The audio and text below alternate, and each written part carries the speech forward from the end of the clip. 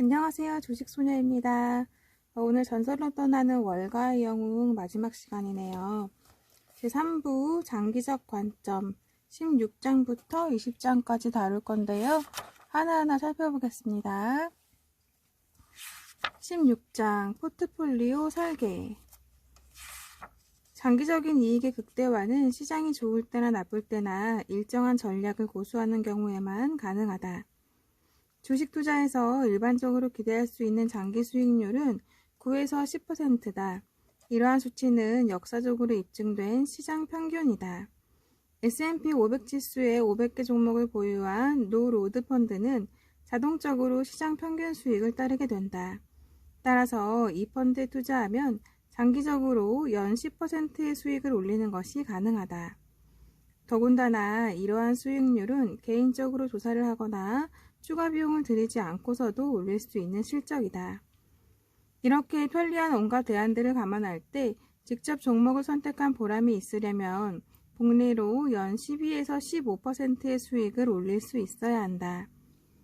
주식을 장기적으로 보유하는 투자자는 단기적으로 사고팔기를 반복하는 투자자보다 훨씬 높은 실적을 보인다. 소액으로 자주 거래할 경우 거래 비용이 그만큼 많이 들기 때문이다. 이런 모든 함정에도 지난 10년 동안 시장 전체가 10%의 수익을 보이는 동안 15%의 수익을 기록한 투자자가 있다면 이 투자자는 뛰어난 실적을 올린 것이다. 적절한 종목 수는 몇 개인가?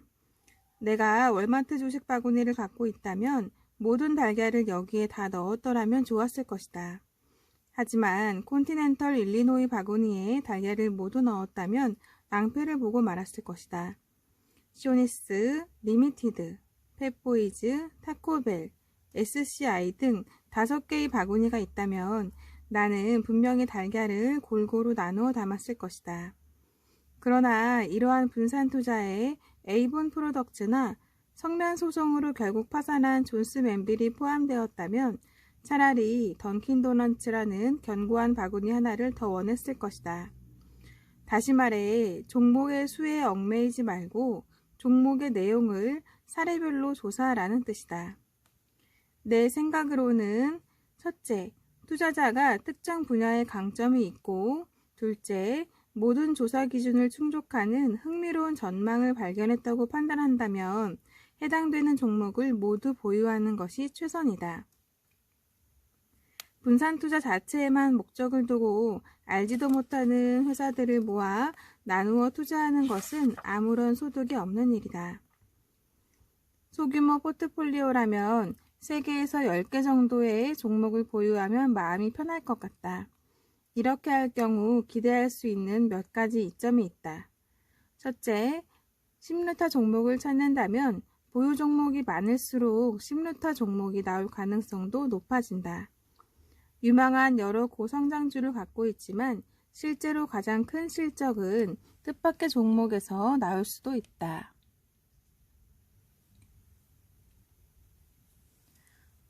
둘째, 보유 종목이 늘어날수록 종목별 자금 배분의 유연성이 높아진다. 이것은 내 전략에서 중요한 부분이다. 어떤 사람들은 내가 성공한 이유가 성장주에서 전문성을 키웠기 때문이라고 말한다.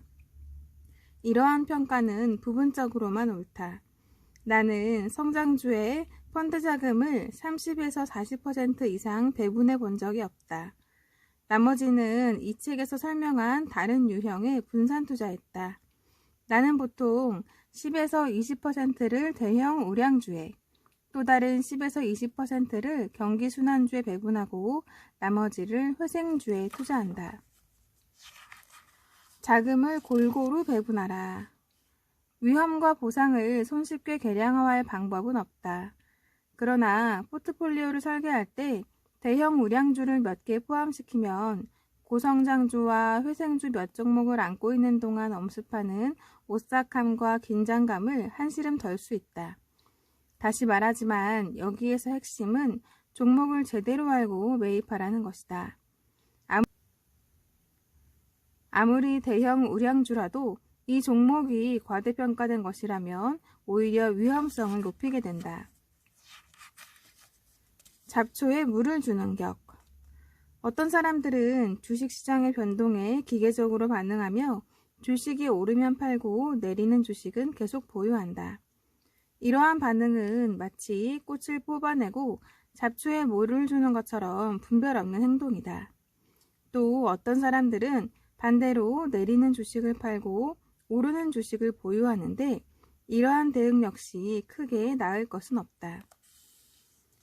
이 투자자들의 발목을 잡고 있는 것은 바로 주가의 현재 움직임이 회사의 기본 가치를 반영한다는 착각이다. 기계적인 반응보다 더 나은 전략은 회사의 스토리를 기본으로 주가 움직임에 따라 주식을 매입하거나 매도하는 방법이다. 예를 들어 대형 우량주의 주가가 내가 기대하는 최대 수익률인 40% 상승을 기록했다고 해보자. 이 회사에 특별한 상황이 발생하지 않아서 앞으로 기대할 바가 없다는 생각이 든다면 나는 이 주식을 팔고 대신 아직 오르지 않은 매력적인 대형 우량주를 매입한다. 주식을 모두 팔기 싫다면 일부만 팔아도 된다. 적절한 수익을 얻으면서 대형 우량주를 몇 차례 반복하여 교체 매매하면 대박 종목 하나만큼 실적을 올릴 수 있다. 30% 수익을 보며 6번 교체 매매를 한다면 누적 이익이 4루타 종목을 넘어서며 25% 수익으로 6번이면 4루타 종목에 육박하게 된다. 17장 매매의 최적 시점. 주식 매입의 최적 시점은 백화점에서 물건을 살 때처럼 좋은 물건이 좋은 가격에 나왔다는 확신이 드는 날이다.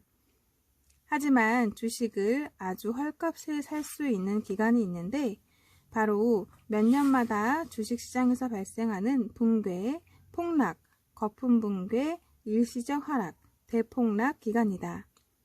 매도의 본능을 억누르고 용기를 발휘하여 이 두려운 상황에서 주식을 매입한다면 다시는 보기 힘든 기막힌 기회를 잡을 수 있을 것이다. 매도 시점. 때가 아닌데도 회의론자들이 팔라고 외쳐대면 아무리 사려 깊고 침착한 투자자들이라도 흔들리게 마련이다. 주가가 내려간 다음에 주식을 믿고 기다리는 것보다 주가가 오른 다음에 계속 붙들고 있는 것이 더 어렵다. 요즘은 내가 속을 위험이 있다고 느끼면 처음에 주식을 매입한 이유를 다시 떠올린다. 진정한 매도 시점은 언제일까? 저성장주 매도 시점. 회사의 시장 점유율이 2년 연속 하락했고 다른 광고 대행사를 하나 더 고용한다. 신제품 개발도 하지 않고 연구개발비 지출도 삭감한다. 회사가 더 이상 노력하지 않는 것으로 보인다. 회사가 인수에 지나친 비용을 지출하는 바람에 대차대조표는 부채 없이 거액의 현금을 보유하고 있던 상태에서 현금은 없고 거액의 부채를 지고 있는 상태로 악화되었다. 주가가 가파르게 하락하는데도 자사주를 매입할 잉여 자금이 없다. 대형 우량주 매도 시점. 나는 대형 우량주끼리 교체 매매하는 경우가 많다. 주가가 이익선 위로 올라가거나 주가 수익 비율이 정상적인 범위에서 크게 벗어나면 매도하고 기다렸다가 나중에 더 낮은 가격에 다시 매입하라. 경기순환주 매도 시점. 경기순환의 막바지 시점이 아니라면 매도의 최적 시점은 실제로 어떤 일이 잘못되기 시작할 때다. 한 가지 분명한 매도 신호는 회사가 쌓여가는 재고를 처분하지 못하는 것이다. 그렇게 되면 가까운 장래에 가격이 하락하고 이익이 줄어들 것이 분명하다. 나는 항상 재고 증가에 관심을 쏟는다. 상품 가격 하락 역시 매도 시점의 전조다. 대개 석유와 철강 등의 가격은 이익에 문제가 드러나기 몇 달 전에 하락한다. 기업 간의 경쟁 역시 경기순환주에 미치는 나쁜 신호다. 새로 진입한 기업은 가격을 인하해서 고객을 확보할 수밖에 없다. 이 때문에 다른 기업들도 모두 가격을 인하해야 하므로 제조업체들은 모두 이익이 감소하게 된다. 고성장주 매도 시점. 투자자가 지켜보아야 할 핵심적인 요소는 고속성장의 두 번째 단계가 언제 끝나는지 살펴보는 것이다. 월스트리트 분석가 40명이 이 주식을 최우선으로 추천하고 주식의 60%를 기관 투자자들이 보유하고 있으며 주요 투자 전문 잡지 3개가 이 회사의 CEO를 두고 좋은 말만 잔뜩 늘어놓는 기사를 싣는다면 확실하게 매도를 생각해야 할 시점이다. 지난 분기에 동일 점포 매출이 3% 감소했다. 신규 매장의 실적이 실망스럽다. 다음 2년의 이익 성장률에 대해 가장 낙관적인 예측조차 15에서 20%인데도 주식이 주가 수익 비율 30에 거래되고 있다. 회생주 매도 시점. 회생주 매도에 있어서 최적의 시점은 회사가 회생한 다음이다. 이 시점에는 모든 사람이 문제가 해결되었음을 알게 되고 회사는 고성장주이든 경기순환주이든 와해되기 이전의 모습을 되찾는다. 크라이슬러는 주당 2달러, 5달러, 10달러에서도 회생주로 분류되었지만 1987년 중반 48달러에 도달했을 때는 더 이상 회생주가 아니었다. 이 시점이 되자 부채도 상환하고 문제도 해결되어 크라이슬러는 다시 자동차 제조 업종의 건실한 경기 순환주로 돌아왔다. 주식은 더 상승할 수 있겠지만 10배로 뛰기는 힘들다. 회생주를 전문적으로 겨냥하는 투자자라면 이제 크라이슬러를 매도하고 다른 회생주를 찾아보는 것이 좋다. 다른 매도 신호는 다음과 같다. 5분기 연속으로 감소했던 부채가 지난 분기 보고서에 2,500만 달러 증가로 나왔다. 재고가 매출보다 2배 빠른 속도로 증가하고 있다. 이익 전망에 비해 주가 수익 비율이 부풀려졌다. 자산주 매도 시점. 주식이 실제 시장 가치보다 10% 할인되어 거래되는데도 경영진은 사업 다각화 자금을 조달하기 위해 주식을 10% 발행한다고 발표한다. 2천만 달러에 팔린다고 기대했던 사업부가 실제로는 1,200만 달러에 팔린다. 5년 전에 25%였던 기관 투자자 보유 비중이 지금은 60%로 높아졌다. 보스턴의 몇몇 펀드그룹이 대주주다. 18장 가장 어리석고 위험한 12가지 생각. 내릴 만큼 내렸으니 더는 안 내려. 원칙적으로 주가가 얼마만큼 떨어질 것인지 짐작할 수 있는 규칙은 없다. 나는 열정은 넘치지만 아직 미숙한 분석가로서 피델리티에서 일하던 1971년에 이 점을 절감했다. 카이저 인더스트리즈는 이미 25달러에서 13달러로 떨어진 상태였다. 주가가 11달러에 이르렀을 때 피델리티는 내 추천에 따라 이 회사의 주식 500만 주를 매입했다. 이것은 미국 증권거래소 역사상 최대 규모의 거래였다. 나는 이 주식이 10달러 아래로는 절대 내려갈 수 없다고 자신있게 주장했다. 주가가 8달러로 내려갔을 때 나는 어머니에게 전화해서 이 주식을 사라고 말했다. 다행히 어머니는 내 말을 따르지 않으셨다. 1973년에 카이저가 7달러에서 6달러를 거쳐 4달러로 추락하는 광경을 나는 겁에 질린 얼굴로 지켜볼 수밖에 없었다. 마침내 여기까지 와서야 더 이상 내려갈 수 없음이 입증되었다. 이 회사는 지프를 제외하고도 부동산, 알루미늄, 철강, 시멘트, 조선, 골재, 유리섬유, 엔지니어링, 방송사업을 거느린 거대 기업이었다. 게다가 부채도 거의 없었다. 심지어 자산을 청산한다고 하더라도 주당 40달러라는 계산이 나왔다. 머지않아 카이저 인더스트리즈는 주당 30달러로 반등했다. 그러나 4달러까지 폭락한 것을 경험한 뒤 나는 절대로 얼마 밑으로 내려갈 수는 없습니다 라고 말하는 습관을 고치게 되었다. 바닥에서 잡을 수 있어. 바닥 시세에서 주식 낚시는 투자자에게 인기가 높지만 대개 낚이는 것은 주식이 아니라 투자자 자신이다. 떨어지는 주식을 바닥에서 잡으려는 시도는 떨어지는 칼을 잡으려는 행동과 마찬가지다. 칼이 땅에 꽂혀 잠시 부르르 떨다가 멈춘 다음에 잡는 편이 낫다.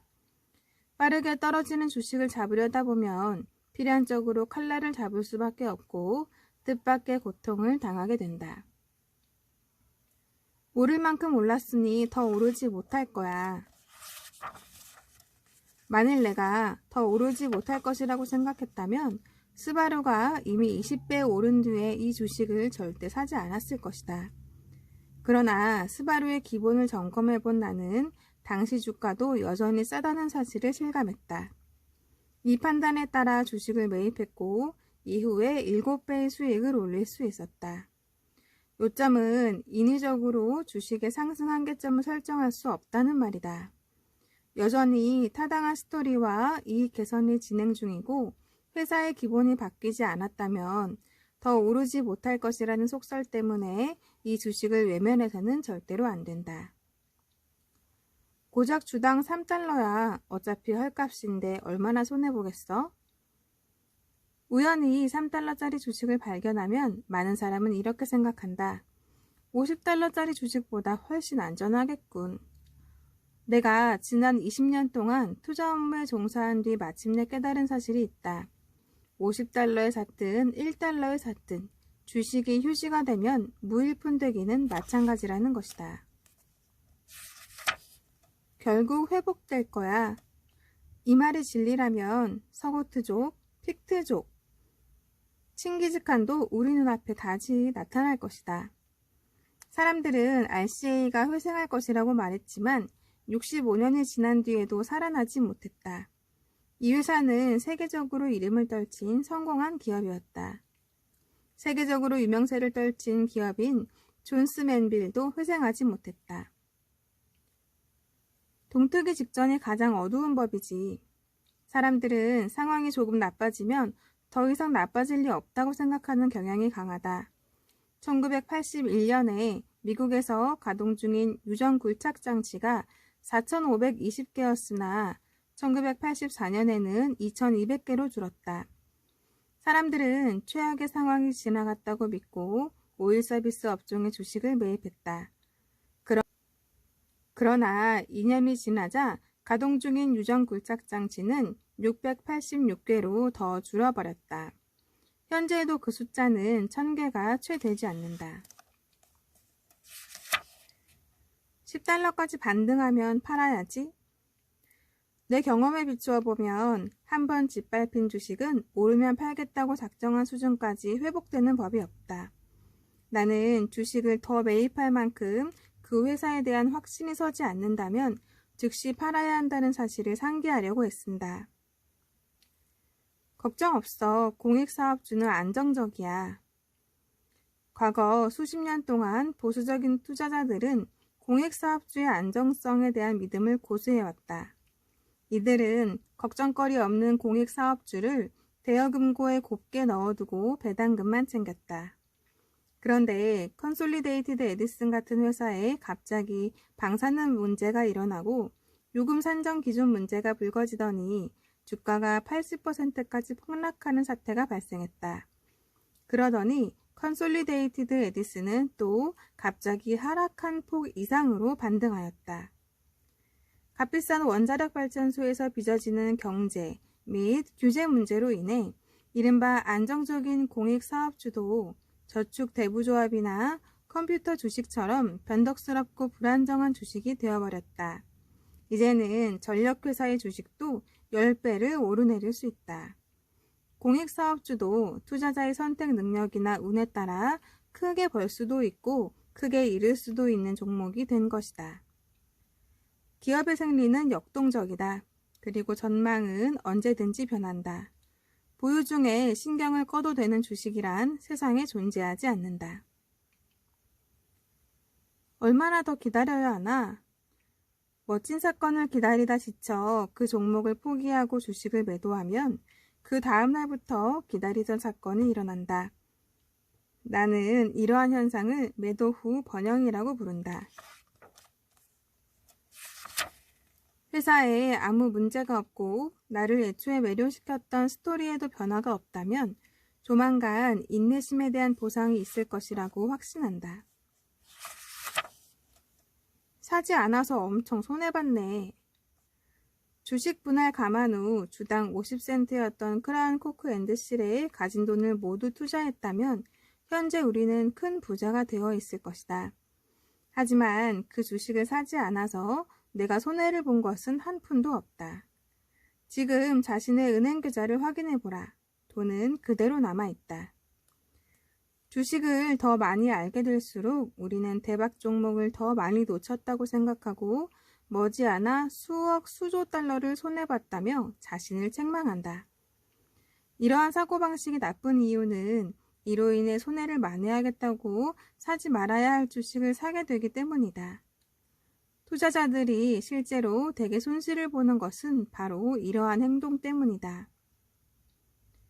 꿩 대신 닭이라도 잡자. 앞에서도 보았지만 제2의 아무개가 효과를 보는 경우는 드물다. 홈데포 주식을 싸게 살 기회를 놓친 후에 대신 제2의 홈데포라고 불리는 스카티스의 주식을 샀다면 10중 8구 또다시 실수를 저지른 것이다. 홈데포는 기업 공개 이후 25배 올랐지만 스카티스는 겨우 25에서 30%가량 상승하며 같은 기간 시장 상승률보다도 뒤처졌기 때문이다. 대개의 경우 원조 우량 기업을 조금 비싸게라도 사는 편이 제2의 아무개를 싸게 사는 것보다 낫다. 주가가 올랐네. 내 말이 맞잖아. 주가가 내려갔어. 내가 틀렸나 봐. 엄청난 투자의 오류 하나를 지적하라면 주가가 오르면 자기가 투자를 잘했다고 믿는 생각을 들겠다. 그러다가 주가가 내려가면 이번에는 투자를 잘못했다고 확신한다. 이렇게 사람들은 오른 종목은 보유하고 내린 종목은 매도한다. 결국 10달러에서 12달러로 올라간 주식은 계속 보유하면서 10달러에서 8달러로 내려간 주식은 처분하는 오류를 범한다. 봐, 2개월 만에 20% 올랐으니 내가 종목을 제대로 골랐지? 라고 말하거나 저럼 2개월 만에 20%나 내렸네. 내가 종목을 잘못 골랐어. 라고 말하는 투자자가 있다면 이 투자자는 가격과 전망을 혼동하는 것이다. 20% 이익을 목표로 삼는 단기 트레이너가 아니라면 단기 성과는 전혀 의미가 없다. 우리가 주식을 산 다음 주가가 오르내리는 것은 똑같은 제품을 어떤 사람은 좀 더 높은 가격에 사고 또 어떤 사람은 더 낮은 가격에 사게 되는 현실을 반영하는 것에 불과하다. 19장 선물, 옵션, 공매도. 나는 평생 투자하면서 선물이나 옵션을 매입해 본 적이 없다. 선물과 옵션이 합리적인 투자라면 타이타닉호도 튼튼한 배였다고 우기겠다. 선물과 옵션의 원리는 아무리 설명해도 소용이 없다. 그 이유는 첫째, 워낙 길고 지루하게 설명해야 하는 것이어서 다 듣더라도 어차피 계속 혼란스러울 것이고, 둘째, 더 많이 알면 거래하고 싶어질지도 모르며, 셋째, 나도 선물과 옵션에 대해서는 잘 모르기 때문이다. 사실 나는 옵션에 대해서 조금 알 뿐이다. 천천히 돈 버는 것이 불만인 소액 투자자들이라면 옵션이 지닌 막대한 수익 가능성이 매력적으로 보일지 모른다. 하지만 이 방법으로는 빠르게 돈을 날릴 뿐이다. 무엇보다도 가장 나쁜 점은 옵션 매입이 회사의 주식을 보유하는 것과 전혀 다르다는 사실이다. 회사가 번창하면 그 보상이 주주들에게 돌아가지만 옵션은 제로섬 게임이다. 누군가 1달러를 벌면 누군가 1달러를 잃고 결국 극소수가 모든 이익을 독차지한다. 공매도. 주가가 떨어져도 공포를 느끼지 않는 사람은 아무도 없다. 하지만 일반 주식은 마이너스가 되는 일은 없기 때문에 하락으로 인한 공포가 어느 정도는 제한되는 면이 있다. 그러나 공매도한 주식이 상승한다면 주가에는 천장이 없으므로 이 주식은 하늘 높은 줄 모르고 치솟을 수 있다. 공매도한 주식은 항상 무한히 상승할 것처럼 보이는 법이다. 공매도를 하려면 회사가 무너진다는 확신만으로는 부족하다. 인내심과 용기가 필요하고 주가가 내리지 않거나 심지어 오르는 경우에도 버틸 수 있는 자금이 필요하다. 20장 전문가 5만 명이 모두 틀릴 수도 있다. 좋은 상품을 보유하는 한 소액 투자자들은 어떤 시장에서든지 버틸 수 있다.